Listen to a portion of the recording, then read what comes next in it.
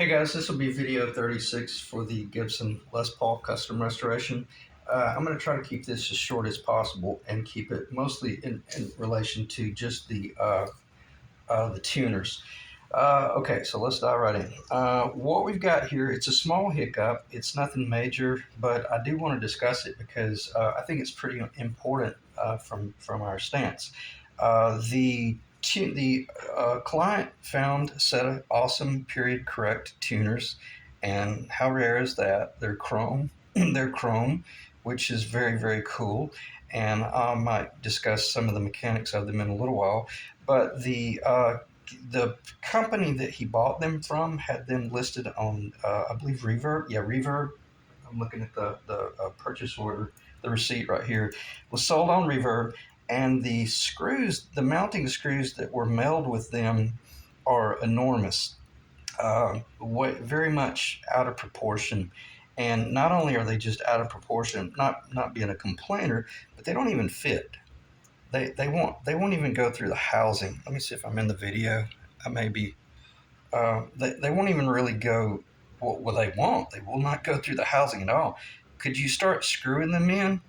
Uh, yeah, I could probably put them on the drill press with some cutting oil and oh shit. Let me get.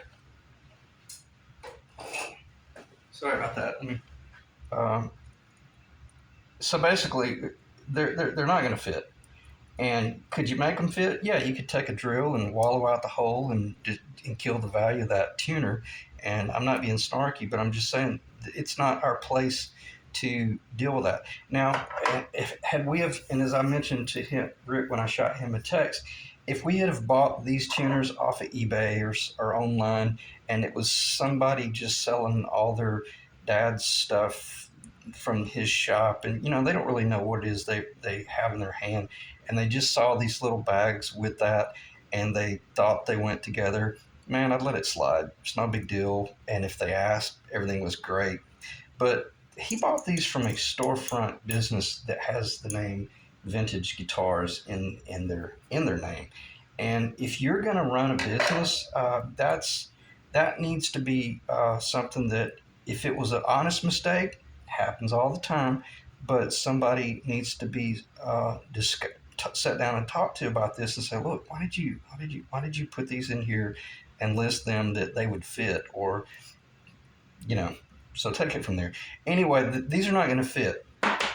uh, they won't, obviously, they won't fit there as well, and they will go in the customs, but just barely as well. So on that, and even the customs, which is a different set of tuners, they don't fit. So what's our solution? Well, fortunately, we had the Gibsons here in the middle that have the small screw that the owner was originally going to use. They're Gibson, they're chrome, so that's cool. So we can steal these, right, and put them in this tuner right here, and all's well, correct? Well, yeah, it is, and there's no complaints, because it's going to be awesome. It's going to be period correct, and it's going to be chrome, and it's going to look really good, and it's going to maintain the value of this, multi-thousand-dollar guitar. Now, what about when the owner gets ready, the client here, what about when he gets ready to recoup his expenditures and sell these tuners on Reverb or eBay, and but now he's having to list them with a screw that, well, he can't, because these aren't going to fit. You see what I'm saying? So he's going to have to sell these without screws, and if I'm a vintage restorer, that's going to affect my purchase price by about $25. And that may sound extreme, but I don't have time to dig through boxes, or you know what I'm saying? I don't have time to try to figure out how to save $3 or $5 or $7. If I'm looking at a set of tuners that are $175 and they got the original screws in there and they fit and everything's cool, I'm not going to complain. But if I got a tuner sitting there that are $75, and the screws may fit, may not, well, I might just go ahead and buy these. But I'm going to make sure I buy some brand new replacement screws as well that are going to be 15 to 20 bucks. So this is what I meant by, we're getting close to the end of the job, and those things they really matter. So anyway, I'm going to stop talking about that. Other than the fact that what might be one solution. Let me see what I'm even holding here. I hope I didn't make a mistake and get the wrong. What do I do with that fat screw? Okay, there's the little skinny one. Let me stick it back in the middle. And here's the funky one. Yeah, here's the real dark one. And I apologize if it's not on camera, but we have 6 of these that are incorrect for the tuners. They're not even going to fit. They're not going to fit any of those. They could be used in the covers, but I don't know what sort of cover Gibson, I don't know what sort of screw Gibson uses on the back of their covers. Now, what I was going to offer to you, Rick, you know, since we discussed these tuners and you went ahead and sent these, if you want, I had not planned on including the covers in this job, nor did I include the pickup rings, but I think it'd be a pretty fair deal. I'll give you the Gibson USA black pickup rings with the little black screws that'll mount them, and I'll give you these 2 Gibson USA covers on the back. In other words, I'll trade you for these custom tuners. So let me know. I think it's a pretty good deal. That's kind of a joke between me and Rick. But if you want, Rick, I'll take these 6 screws and just use them to mount the covers on the back. We'll put 4 of them right there. We'll put 2 of them right there, and somehow or another, I'll dig through my screw bin and I'll see if I can find a vintage screw that'll match. So that might make this issue go away, or on that note, you can use this video to just call the guy and go, hey man, probably was an honest mistake, but what can you do to work with me here and help me out? Because I know you didn't get these tuners for $50. So, all right, going to end that right there as far as the discussion of the tuners. What I will briefly talk about, I'm glad I thought of this. All right, here are the tuners we started out with. Let me see if I'm in the video. Here at the top, that's the tuners we started out with, which I decided I don't really want to mount those. That's just something's not jiving because I didn't see that on any of the Les Pauls. I'm not going to revisit that, but let's start looking at the difference and why these sort of things start truly affecting the value. If I'm looking at a vintage 40-year-old Gibson for sale that has these tuners on it, and I'm in the know, and I'm in the know. Well, I am now. I didn't know this before, but if this was a Gretsch, yeah, man, I'd be in the know. You see the difference? I don't have to drive that home. Much more mass going on right here. But the crazy cool thing about this is I took my scale and I weighed them. The Gibsons that are period correct, I'm just going to hold it up. The Gibsons between 75 to 82, they weigh 259 grams or 9.15 ounces or 0.572 pounds. The Gibsons that are unknown, I'll call it question mark, the thinner body, even though they're much, much smaller, look how similar they are in weight. They are 232 grams, 8.20 ounces, or 0.512 pounds. So half a pound up to just 0.572 pounds. Now the customs were 240 grams. Doesn't matter, but I'm just showing you.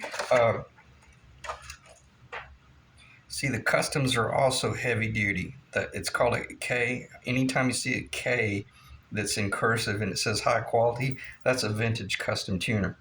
And this is, now you can see what I meant by, if you can't find these, we could start out with these, and these were a smoking deal, then that would have, from a builder standpoint, I would have been much more comfortable putting these on there, even though they're not the tuner, the tulip, the button. I couldn't think what you call it. Even though they're not the correct button, the housing and the mounting and all of that would have made it much easier transition into the period correct tuner later on. So, but even the customs were only slightly heavier than the ones in the middle, and I'll just leave that there. You could pause it if you want to see it. It's not really all that important. I don't think there's anything else to discuss right there. But what I will do is take advantage of the fact that are we still running, and we're roughly only at 10 minutes. So I'm not going to start talking about the binding, the frets, or any of that stuff, other than the fact that it's going really well. I did do a little bit of shaping, and I'm going to stop right there because I do not want this video being anything about that stuff. But what I am going to do, I'm going to turn on my scale. I'm going to see if that's in. That looks like that's probably going to show up. And I'm going to give you guys a general idea about weight. All right, we're looking at a guitar. The only reason I've got that covered right there is because you don't want to risk your file going up and hitting your headstock binding, the overlay. So all that is a piece of cardboard. Turn on my scale, tear it, check the mode. I can go from gram to ounce to pound since we know it's going to be, let me turn that. All right, the guitar alone, before any, let me stop it from bouncing. Before any, let me see if that's showing up. Yeah, 8.652 pounds. Is that heavy? Not really. It's not. It's certainly not light, but it's not. It's not really extreme. And to me, it's just a good, healthy Les Paul. It's a. Now put our tailpiece on there and our bridge. We jumped up to 8.952 pounds. So we're getting closer to 9 pounds. Let's see what's going to happen once we add our tuners up there. And I'm just going to let those fall in the middle and make sure I don't pick up 7. So once we get our tuners on her, she's going to be 9.518 pounds. And the screws don't add enough weight to make, 9.52, 9.522, 9. Yeah, the screws don't really make any difference. So we're looking at about a 9.5 pound Les Paul before electronics and before pickups. So after all that's said and done, she's probably going to be pushing close to 10 pounds right at that threshold. Is that heavy? Well, it's not a 7-pound Strat, but then again, you can take this guitar and eat a Strat alive. So is it worth it? You better believe it, man, because 90% of the times when you're playing a guitar like this, if you're doing studio work or pro work, you're sitting down or you're reading music from your music stand. So is she heavy? Depends on what you consider heavy. Is it light? No, it's not light. But could you wear it all night long and play a gig? Yeah, you can. Especially if you got the right strap on. All right, I'm going to end the video before I start digressing. I don't think there's anything else I want to cover other than you see what you can run into with those tuner issues, and those are small hiccups that if you look at some of my past videos and you're thinking, man, I wish what is the deal? That guy's just really so detail oriented about the tuners. Why? Because we're probably looking at $450 worth of tuners right there, if not 500. And I apologize about that. I've been cutting the grass and my allergies are killing me. But that's a lot of money, and we might need that $300 over here for pickups or a case. You see what I'm saying? And these things. This is what I meant by let's not just say they got the Gibson logo on there. Let's just put them on. That'll be cool, right? Everything will be fine, right up to the point where you need to sell it or want to sell it. Because if I'm buying this guitar, I'm gonna look at that and go, I don't know what I right now don't know what they go on. But if I'm a Gibson guy, I'm gonna look at that and go, oh, that's the tuner they used on the student grade acoustic. Why? Because it's thinner and I'll realize that, oh wow, I feel sorry for the guy because his builder didn't have enough gumption or knowledge to know. Let's tap the brakes a little bit. Let's look around. If we can't find what it is we're looking for, let's find an incredibly high quality substitute. And you see, that would have kept us in the game. And that's the difference between a guitar getting an appraisal at, I don't know, $5,000. Give it another 10 years. What do you think it's going to appraise for? Maybe hitting closer to 10. So you see what I'm saying? And that right there could have affected it $1,500 then. Today, yeah, probably not today.